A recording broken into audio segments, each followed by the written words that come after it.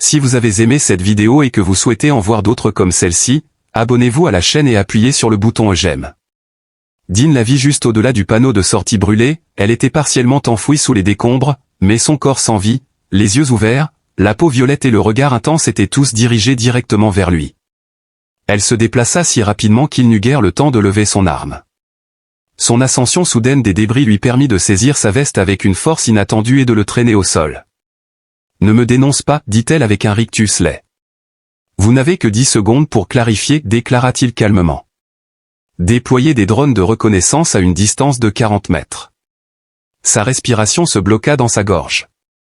Des criminels recherchés sont en cours. La suivant, Dean regarda dans le couloir. Tu as survécu à l'explosion, n'est-ce pas? Du sang a été léché de sa lèvre inférieure. Je me fiche de toi. Son col la tenait par la main tordue. Ça lui avait fait mal. Êtes-vous dans l'armée? Demanda-t-il. Malgré son silence, elle serra les mâchoires alors qu'il tentait de se retirer. Si tu te rends, ils me tueront discrètement. Est-ce ce que tu désires? Dean soutint son regard sur elle un instant de plus avant de dégainer son arme pour la dissimuler. Marcher est quelque chose dont tu es capable. Trouvez la définition de marcher. Très sérieux. Son poids se déplaça alors qu'elle laissait échapper un sifflement. Une seule de mes jambes a bougé. Son équilibre était pratiquement compromis. Son évasion a été détectée par Dean. Elle se sentait invitante. Est-ce une éruption cutanée ou un changement biologique? Il n'en avait aucune idée. Près de son oreille, elle murmura d'une voix rauque. Je suis sûr que tu le regretteras, murmura-t-il en la jetant sur son épaule. Le couloir derrière eux trembla. Dean s'était lancé après eux, en criant, ils avaient des secondes. D'un coup de pied, Dean ferma la porte derrière lui. Lorsque les scellés intérieurs de la planque furent activés, ils hissèrent. Bunker souterrain situé en dehors du périmètre de la ville. Personne n'en était au courant. Il abaissa la dame sur le lit de camp usé. En se recroquevillant, elle se contenta de halter. Après avoir retiré le scanner biométrique de son support mural, il l'a fixé autour de son poignet et a appuyé sur un bouton du panneau. Reste tranquille. Tu me mords, chuchota-t-elle. Un scintillement apparut sur l'écran. Dean fronça les sourcils. Sujet signalé. Niveau 3. Ordre d'entité politique. Compte un moment agence classée. Seulement plusieurs demandes intergouvernementales en attente. Il fixa le message lumineux pendant un moment avant de se tourner doucement vers elle. Tu veux me dire pourquoi la sécurité terrestre et le haut commandement alien t'ont signalé comme une bombe diplomatique ambulante? Elle souffla la fumée de sa cigarette. Non. En 3 pas, Dean traversa la pièce et saisit fermement son bras, le pinçant au cadre du lit. Ses dents étaient exposées. Tu aurais dû m'abandonner à ma perte, affirma-t-elle. Cela aurait rendu ta vie plus facile. Je ne fais pas les choses faciles, s'exclama-t-il. Elle soutint son regard intense et dit, je fais des réponses. Elle menaça que si tu la touchais, tu le regretterais. L'abandonnant, il s'éloigna. Ses mots étaient coupés et meurtris.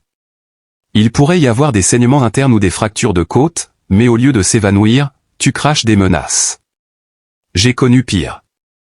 Bien, parce que je te ramènerai dans la rue et je te soumettrai au drone si tu me trompes encore une fois. Puis elle a souri. Je ne pense pas. Dean est resté impassible. Donne-moi une chance.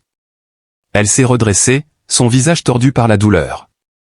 Bestina est son nom, dit-elle. Fin de l'histoire. Donc, c'est tout pour le moment.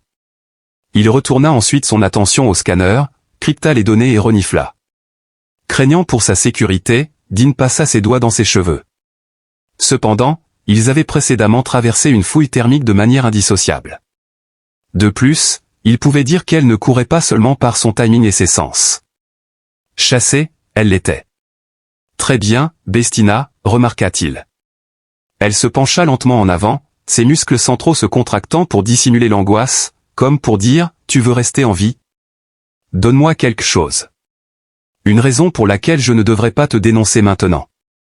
Tu as dit que cet endroit était sécurisé, murmura-t-elle. Je pense que oui. Elle éteignit ensuite la caméra dans le coin après lui avoir fait un signe de tête. Selon elle, le choix est clair, cherchez le réconfort ou la vérité. Les deux sont hors de votre portée.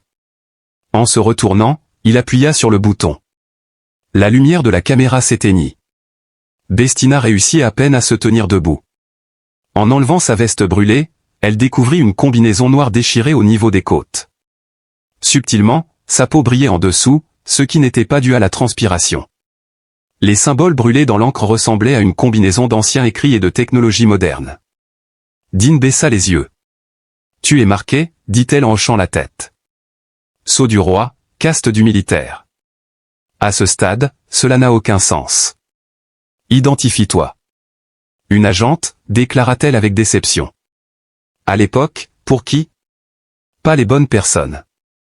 Tu es recherché par le haut commandement. Leur but est de me faire taire. Après l'avoir fixé pendant ce qui sembla une éternité, il regarda enfin à nouveau le scanner. Une grille de défense de la ville pourrait être financée par ta prime. Viens plus près, Bestina.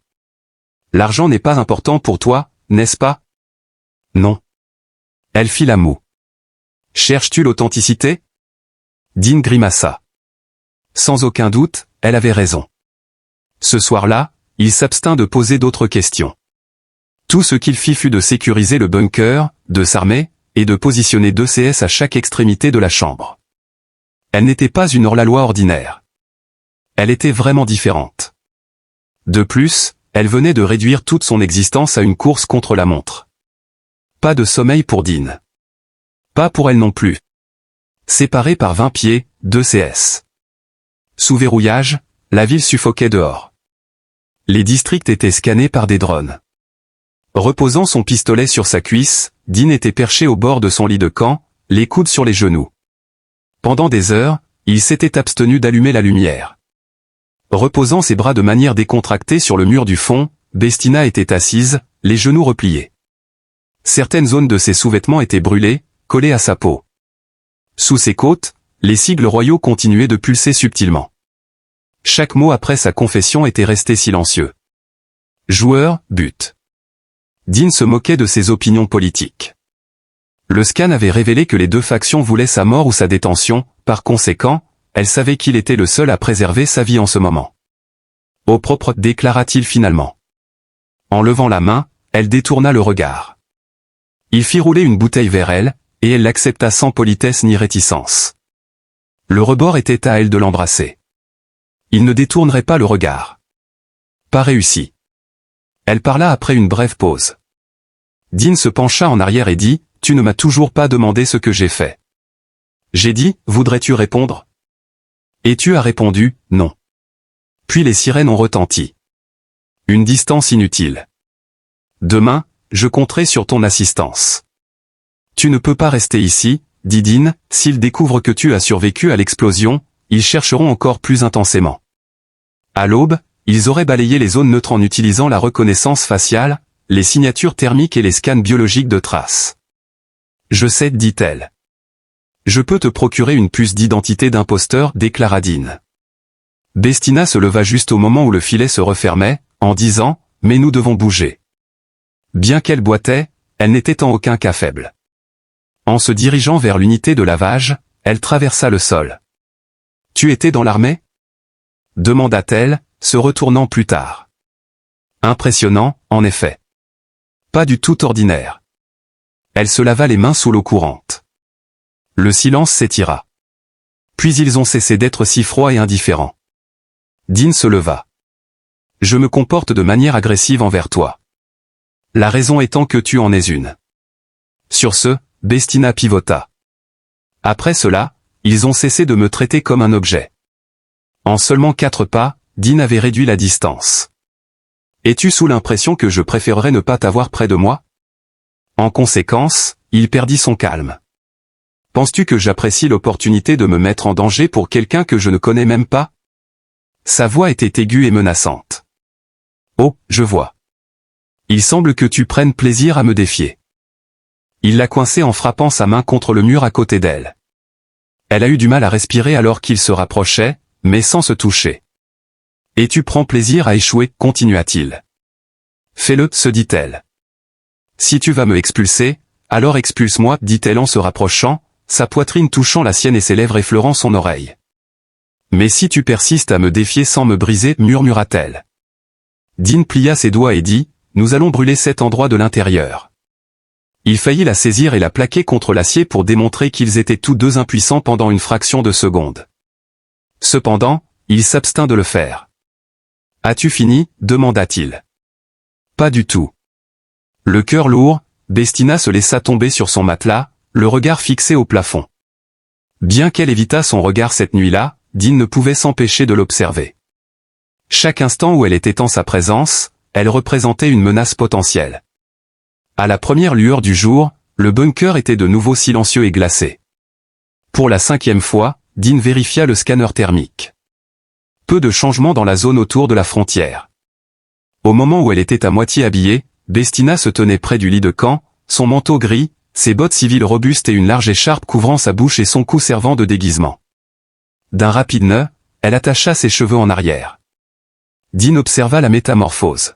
« Tu ne te ressembles pas, remarqua-t-il. » Répondant, « Je ne le fais jamais », elle continua. Utilisant la trappe de maintenance comme sortie, ils se faufilèrent sous les tuyaux, passèrent à côté de fils électriques, et piétinèrent la poussière et les vermines qui n'avaient pas été dérangées depuis avant les traités. Un sentiment de tension imprégnait la métropole en dessous. Un bourdonnement constant de faisceaux de scanners et de patrouilles pesantes remplissait les rues.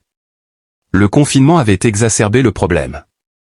Les gens attendaient avec impatience de la nourriture, harcelés au point de contrôle, et prêts à craquer. Il était évident pour Dean où il devait aller. Une zone de commerce informel coincée entre deux tunnels de transit désertés, le marché de la ceinture noire était le type d'endroit où le levier était plus important que les crédits, ainsi qu'une puce d'identification factice qui pouvait être achetée avec la bonne quantité d'argent ou de sang. « Restez près de moi, dit Dean légèrement. Restez silencieux. Ne regarde pas autour de toi. Ne cligne même pas des yeux quand quelqu'un te touche, dit Bestina sous son écharpe. Touchez-me, c'est risqué de se faire couper la main. Un grognement était le son de Dean. Nous pouvons rester cachés avec ça. Tout était chaos dans le bazar. Des normes non officielles appliquées par des muscles non officiels, pas de législation centrale. Ils se faufilèrent entre des mercenaires arborant des membres artificiels et des cicatrices sur le cou, ainsi que des stands de nourriture débordant de viande grasse. Chaque pas semblait être un coup de dé. Y avait-il une chance que quelqu'un la reconnaisse, la marque ou la stigmatise pour une compensation? Enfin, ils atteignirent le mur arrière. Une cabine couverte avec un emblème rouge usé peint sur du métal corrodé. Dean tapa une fois sur le panneau avant de glisser son empreinte digitale en dessous. À travers un bruit de sifflement, la porte s'ouvrit. Un homme qui n'avait pas dormi depuis 3 jours était assis à l'intérieur dans la lumière tamisée. Le contrebandier Dean parla d'une voix basse. Soit tu es dans un état de désespoir accablant, soit tu envisages de mettre fin à tes jours. Pas vraiment l'un ou l'autre, dit Dean. Quelqu'un, donnez-moi une nouvelle série de documents d'identité. En tête de liste. Sous le radar. Nazir, l'homme, jeta un coup d'œil rapide à Bestina. Il continua de la fixer bien trop longtemps. Cette personne? Dean hocha la tête une fois. Puis Nazir sourit. Joli. Les affaires de fugitifs ne sont pas ma spécialité. Certainement pas de ce type. Le ton de Dean devint faible. Ce n'est pas une fugitive, elle l'est. À mon avis, elle est un atout pour moi. Je lui dois quelque chose. Elle figurait sur toutes les listes de personnes recherchées de la Terre à Titan avant que le commandement de la Terre ne vous doive quoi que ce soit. Elle fit un pas en avant, Bestina. Fais-le, ordonna TL. Sinon, je pourrais détourner ton regard et poursuivre un autre prétendant. Un rire échappa aux lèvres de Nasser. Brûlant. En se dirigeant vers l'arrière, il posa une mallette noire sur la table. La saisit. Un trio de puces. C'est à toi. Prends une décision rapide. Le centre fut saisi par Dean. Quel est son nom? Melson Zara. Né à la station Luna 6. Relocalisé dans une zone de quarantaine le long de la mer Noire. Nécessairement propre. La puce fut prise par Bestina. Elle l'inséra avec une précision chirurgicale sous le pli de peau juste en dessous de son oreille. À ce moment-là, l'alarme se déclara. Une rafale de pulsations rouges a éclaté au-dessus des spectateurs dehors la cabine. Éclair d'un drone. Dean n'a pas hésité. Le visage a été signalé. Cela nous étonne. Prenant la main de Bestina, il s'est enfui. Une voix a résonné dans le ciel. Objectif vérifié. Femme au teint violet. Ne vous mêlez pas des gens qui ne sont pas là. Empêchez-la de s'enfuir. Croyez-vous toujours que votre profil est insuffisant? Dean. Cria-t-il derrière lui. Crois-tu que tu es toujours doué pour rester caché? Recule, tira Bestina. Des détonations de drones firent craquer le béton à côté d'eux alors qu'ils plongeaient derrière une pile de conteneurs de données. Après un rapide tour, Dean sortit son pistolet et tira 3 balles bien placées. Un chariot de nouilles fut la malheureuse victime du retournement, de la spirale et de la collision en plein vol du drone. Dean saisit fermement le bras de Bestina une fois de plus. Mur nord du tunnel arrière. Alors que des faisceaux de plasma fusaient autour d'eux, ils se frayèrent un chemin à travers la foule. Dean lui avait donné un petit pistolet à impulsion, et elle l'utilisa pour abattre 2 autres drones. Pendant sa course, il lui jeta un coup d'œil. Quelqu'un t'a entraîné. Elle m'a dit que tu m'avais appris. À ton insu, bien sûr.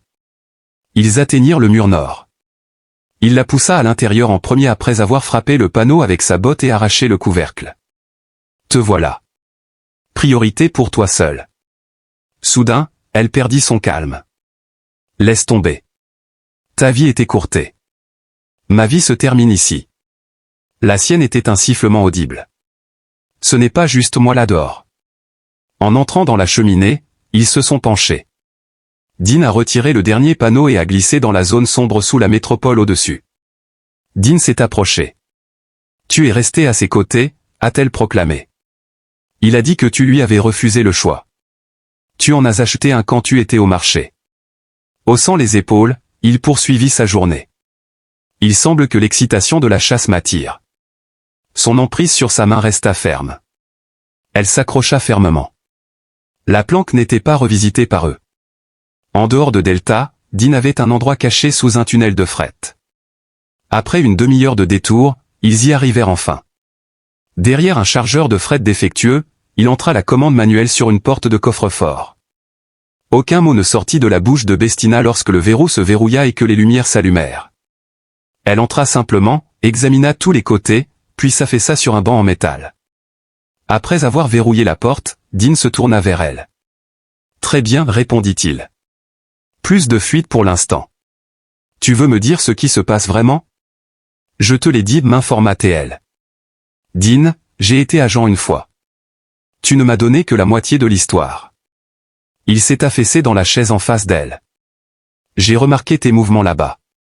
Votre style de tir et votre capacité à lire le terrain. Ce n'est pas de la rébellion. C'est un entraînement d'opération secrète. Bestina prit un moment pour répondre. Après cela, elle retroussa la manche de sa veste. Enfouie juste au-dessus de son coude, quelque peu dissimulée par son teint sombre et de légères cicatrices, se trouvait une succession de lignes délicates et brillantes. Une boucle de commande qui n'est pas active. C'était évident pour Dean. Tous les soldats le savaient. C'était le moyen par lequel certaines dictatures maintenaient le contrôle sur leurs agents les plus létaux. Selon ces mots chuchotés, tu étais possédé. Un hochement de tête de Bestina. Il le considérait comme une mesure de sécurité.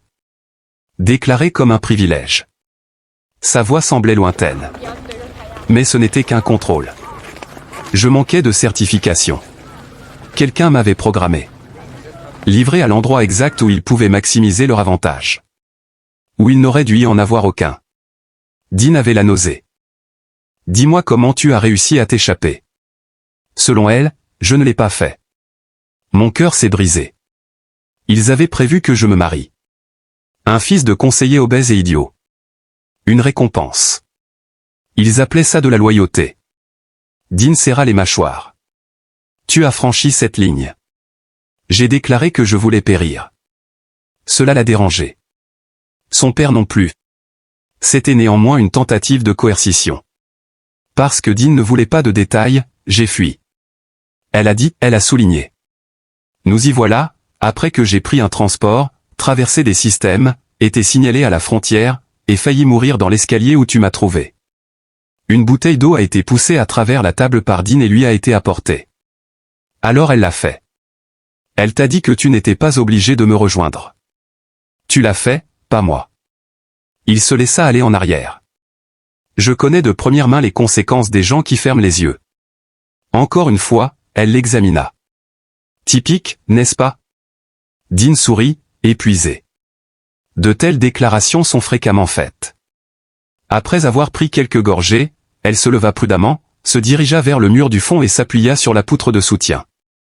Ils se sont trompés à mon sujet, déclara-t-elle. Dean fronça les sourcils. Il se leva et s'approcha d'elle, en disant « Et que disait-il que tu es ?» Un traître, une menace, une charge émotionnelle.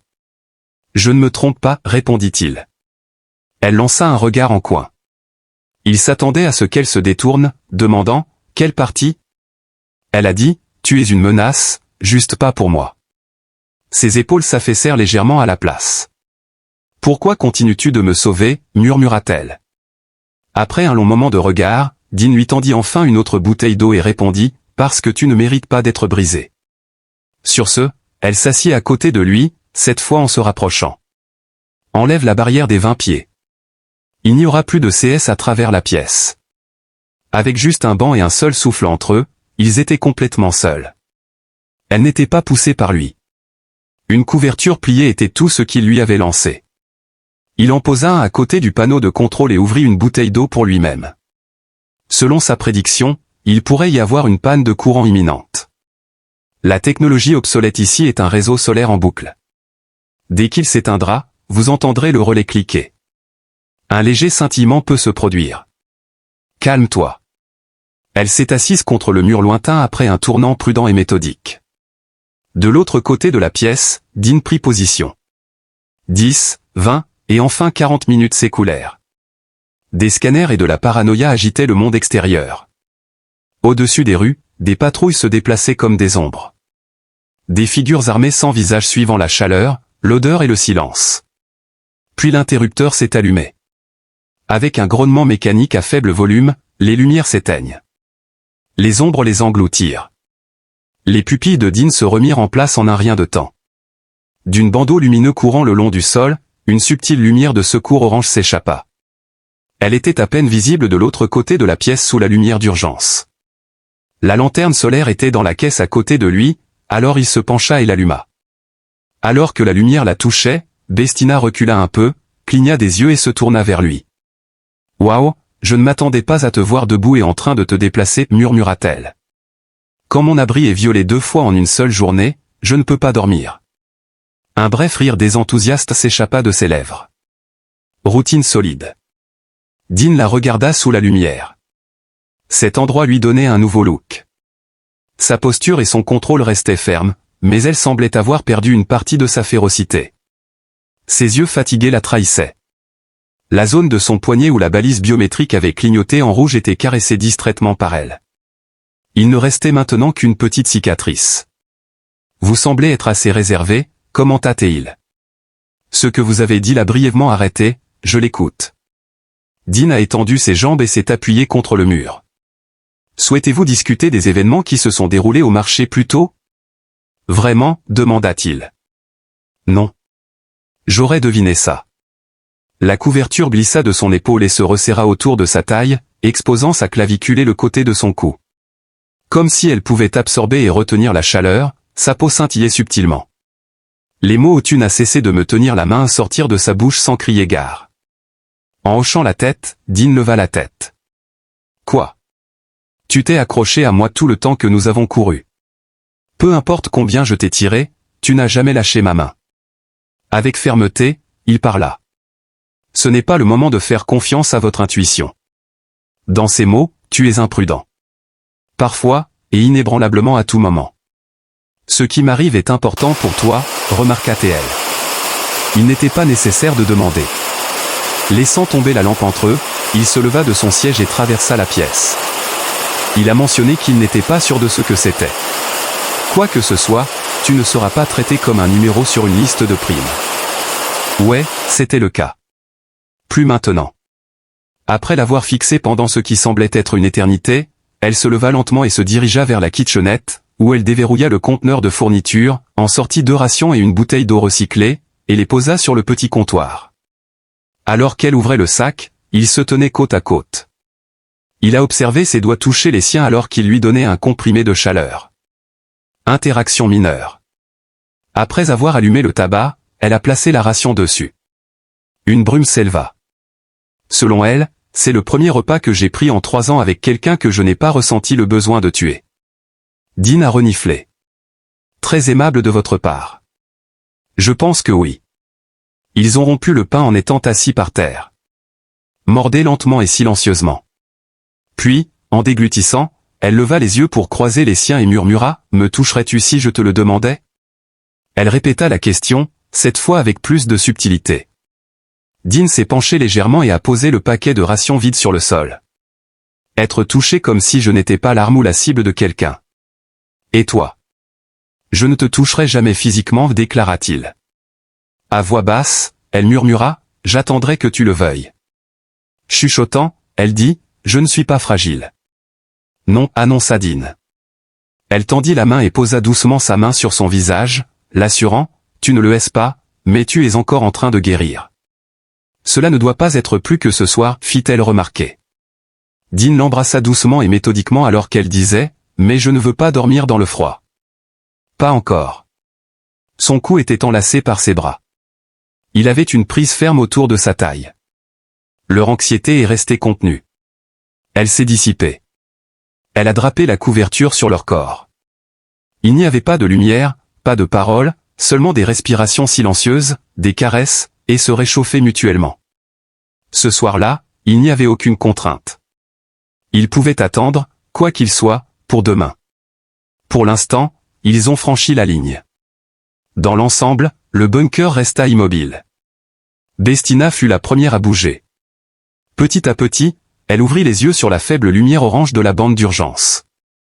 Dean était allongé sur la couverture à côté d'elle, une main toujours posée contre son flanc et l'autre repliée sous sa tête. Après l'incident, aucun d'eux n'avait prononcé un mot. Il n'y avait pas de nécessité, mais le poids du silence avait augmenté. Ses paupières s'ouvrirent et se fermèrent lentement alors qu'il se réveillait ensuite. Il la regarda simplement, expira, et ne broncha pas. Qui était-il pour demander, ça va? Un hochement de tête de sa part. Juste pour une seconde, c'était suffisant. Ensuite, le bruit a commencé. Dean se redressa rapidement et attrapa son arme. Bestina avait commencé à bouger. Scrutant le plafond, elle glissa hors de la couverture et enfila rapidement sa veste. Elle a dit qu'un relais externe venait de se déclencher. À proximité, on peut entendre un signal de proximité. Quelqu'un est en train de dessiner une carte de nous. Près de la trappe, Dean avait déjà vérifié le dispositif de scan. En un éclair, une impulsion est apparue à l'écran. Sortez. Depuis bien trop longtemps, ils avaient été immergés. Des drones ont détecté notre chaleur, murmura-t-il. Comment ça se fait? Pardon, demanda-t-elle. Il fut un temps où nous étions sous le niveau du sol. Fonctionnement silencieux, aucune fuite de lumière, aucune transmission. Il a pris un moment pour répondre. Je lui ai juste donné une deuxième arme et j'ai sorti le pack de fourniture d'urgence de la boîte. Selon lui, je n'ai pas monté depuis 2 ans. D'autre part, tu rayonnes de beauté de l'intérieur. Ça n'a pas aidé non plus hier soir. Un sourire maléfique s'étendit sur son visage. C'est maintenant ma responsabilité. C'est toi qui es tombé malade en étant enlacé avec moi.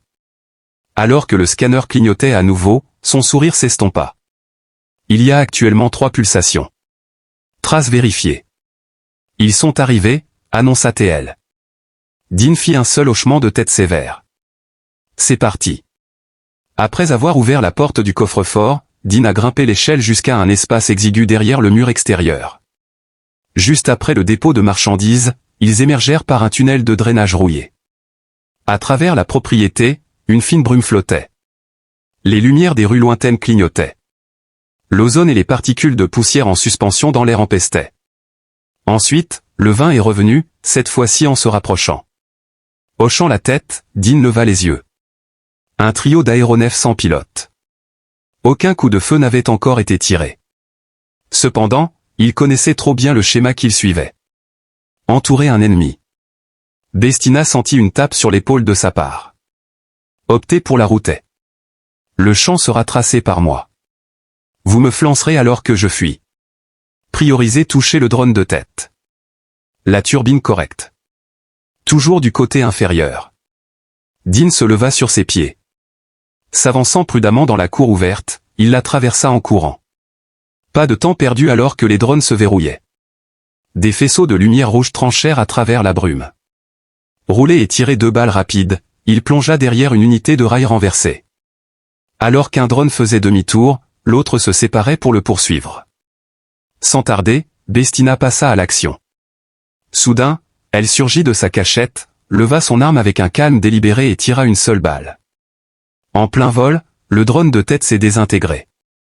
Des gerbes d'étincelles ont jailli. Une spirale fumante descend de son enclos. Même après que des éclairs de plasma aient éclaté l'asphalte derrière lui, il continua à avancer, esquivant les caisses. Après que Bestina a tiré une autre balle, le deuxième drone a plongé bas pour frapper sa signature thermique. Le drone a dévié de sa trajectoire, a heurté une rambarde, puis s'est éteint. Encore un affaire. Respirant lourdement, Dean se cacha derrière un abri. Il cria, « Tue à la cible !» « J'arrive tout de suite, dit-elle. Pourquoi cela a-t-il même été fait? Quand c'est approprié? En dernière analyse, le drone a plané. Son armement tremblait, perplexe. La vapeur engloutit ses capteurs. Un petit port d'alimentation a alors été exposé alors qu'il se dirigeait vers le panneau arrière. Appuie sur le bouton. Bestina a tiré. Un tir, un mort. C'était un crash de drone. Dean se leva à un rythme tranquille, les oreilles alertées par l'arôme piquant du métal en fusion. Elle avait déjà rengainé son arme et traversait les débris avec assurance quand il se retourna pour la voir. « Tu n'es pas juste entraîné, remarqua-t-il, s'arrêtant pour reprendre son souffle. Son visage impassible se figea alors qu'elle se figeait devant lui et dit, « Tu es d'élite. » Dean hocha lentement la tête et dit, « Je dirigeais des équipes d'élimination qui gardent un œil. » Le silence tomba sur eux jusqu'à ce qu'ils atteignent 3 pâtés de maison jusqu'à la ruelle, où ils cachèrent leur corps dans l'ombre et écoutèrent les sirènes lointaines alors que la patrouille de la ville se précipitait pour nettoyer les conséquences. Avec sa mâchoire essuyée de tout sang, Dean s'assit enfin. Les poings toujours fermement serrés sur ses genoux, Bestina s'assit à côté de lui. « Tout va bien ?» demanda-t-il. Ensuite, elle le regarda de côté. « Tu avais l'air surpris là-bas. »« Je l'étais. »« Pourquoi ? » ?»« Tu n'as pas hésité. » »« Pas une seule fois. » Elle tourna la tête. « Dans le passé, j'aurais agi à la hâte, sans réfléchir à la question. Bien que je n'en sois pas fier, je suis toujours capable d'être cette personne quand on m'en fait la demande. » Avec sa tête appuyée contre le mur, Dean s'est allongé. La nuit dernière, il le fallait. En sentant ses doigts tracer les siens, il s'est figé. Il est resté ferme. Ils sont restés immobiles jusqu'à ce que les sirènes se taisent. Ils étaient toujours recherchés par la ville. Ils étaient toujours poursuivis par les autorités, mais pour une nuit de plus, ils étaient ensemble, vivants et respirant. Assis côte à côte sous les avantoirs ruisselants d'une échelle de secours effondrée, ils restèrent silencieux. L'acier rouillé frappait régulièrement alors que la pluie tombait. La ruelle derrière la cour de marchandises abandonnée était déserte, enveloppée de brouillard, et temporairement ignorée par les patrouilles. « Ça va ?» Dean demanda en touchant légèrement les doigts de Bestina. « Je ne suis pas sûr, répondit-elle honnêtement. Ses doigts s'enroulèrent autour des siens alors qu'elle murmurait, « Mais je ne veux pas être seule en ce moment. » Dean lui fit une petite pression, comme pour murmurer « Moi non plus » entre ses lèvres. J'attendis 1 minute de plus. La pluie torrentielle se calma. « On doit sortir d'ici, dit-il. »« Non, murmura-t-elle doucement. Mais nous ne sommes pas suivis. » Ils se retirent pour se regrouper. Dean a donné son approbation. Ensuite, nous avons profité de l'espace. Alors qu'elle se tournait pour lui faire face, elle pouvait sentir l'eau couler le long de sa joue, mais il insistait sur le fait qu'il n'y avait pas de chevauchement dans les patrouilles ou les caméras à cause d'un tunnel de réparation sur Ouest 12. Après avoir dégagé ses cheveux mouillés de son visage, elle se leva, drapa son sac sur une épaule, et dit « En sécurité ?»« Non, mais plus en sécurité qu'ici. » Une fois de plus, ils se sont précipités. Au milieu de la tempête et de la tension, la métropole au-dessus d'eux dormait. À la trappe du tunnel, Dean entra le code. Complètement mémorisé les 8 chiffres. À contre-cœur, la porte s'ouvrit. Après qu'ils se furent glissés à l'intérieur et l'eurent verrouillé derrière eux, tout disparut. Le hall résonnait de leurs pas. Un chemin d'eau était laissé derrière eux alors qu'elles goûtaient de leurs vêtements. Une chaleur calme imprégnait l'air. Des années s'étaient écoulées sans que personne ne soit en vue. Après avoir enlevé sa veste mouillée, Dean la jeta au sol. Sans le poids supplémentaire, nous sécherons plus rapidement. Bestina resta silencieuse. Après avoir enlevé son propre manteau, elle tira l'écharpe de son cou. Son sous-vêtement partiellement transparent collait à sa chair. Dean détourna le regard, faisant semblant d'être indifférent, mais il suivait chaque centimètre. Posant son arme à feu de côté, il s'installa sur une chaise près du mur. Leurs regards se croisèrent, et un langage non dit circula entre eux alors qu'ils étaient assis l'un en face de l'autre. Depuis des années,